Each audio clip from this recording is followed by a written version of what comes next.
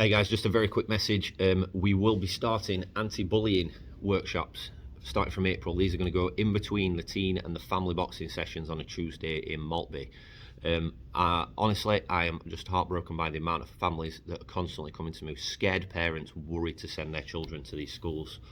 And something's happened to give me a bit of a kick up the arse. My daughter was punished for passively defending herself. There was a girl who was pushed over by a boy and was taking a kicking on the floor. Turned to my daughter, who open hand pushed him away. She was punished as an aggressor. Asked why she'd help her, possibly would want to help a friend. Victim blamed both of them. Why did you do this? Why did you do this? It's like it was their fault. Victim blaming is massive in bullying, but mainly from what I've seen, it's done by teachers and staff in all these different schools because their policies don't support the victims, so they don't know how to. So these are going to start from Tuesdays in April. What we're going to be doing is some very passive things that they can do, and we are going to also do some active self-defense as well to help them get out of situations. It will be the main aim is going to be to raise your child's confidence to deal with them, give them the tools to deal with these bullies. So I'm going to give you an example of lesson 1 of how to speak to a bully in public. This bully's coming, you're in imminent threat. Stop! I do not want you to do this. Do not touch me. Go away. That kind of thing. Nice and loud, make people be able to hear them. We will run through these. We'll get your child confident in saying no, go away to these bullies. And if that doesn't work, there'll be a step 2, 3, 4. We will help them. We will give them the tools to help them in these situations. My daughter was told, why didn't you tell a teacher?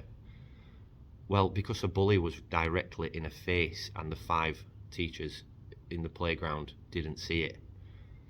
So her options there was to remove herself from the situation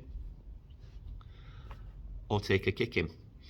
The school didn't like the one that she picked, and I'm finding this from all schools. I've looked through the anti-bullying policies and they are absolutely vile.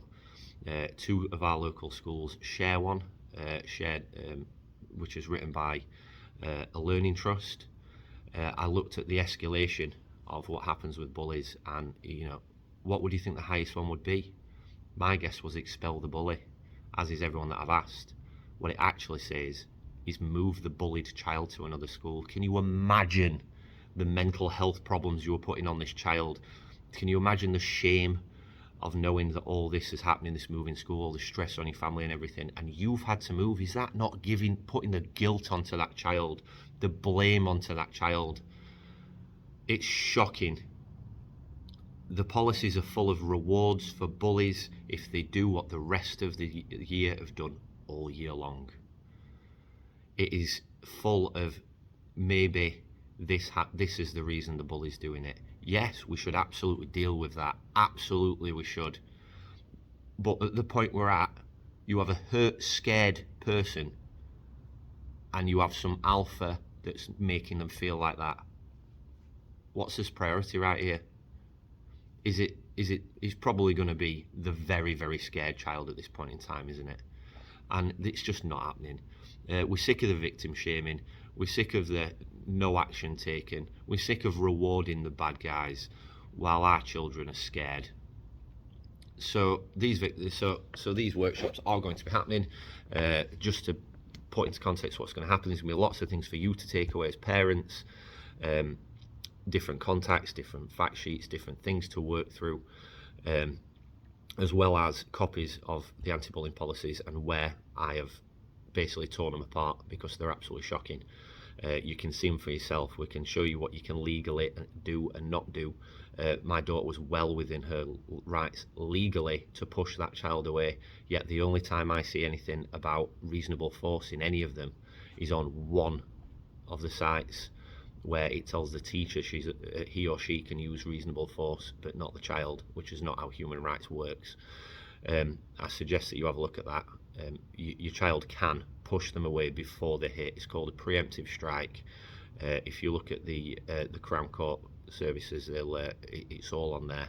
about the recent action with these kind of things, and it's within the British law. I'll post a link to it. But yeah, your children can defend themselves. Obviously, we want it to be as safe as possible. We're going to help you in any way we can. So keep an eye out. Drop us a message if you need it. We'll stand with you to do whatever we can. Parents, my university education is in education and training, so I am experienced in working with and around schools. I'm a boxing coach first and foremost. That's my main job. I'm also a self-defense instructor and personal trainer. I can get people confident. We can get people working. We can help with your mental health, which is something that I've done in projects before. You just get in touch with us if you need us. Don't let these children feel like they're alone. Don't let them feel like it's their fault. We need to stop it out now, because bullies are ruling our schools, and seemingly because it's not in the policy, nobody cares, but we do. So we are going to help you. Get in touch.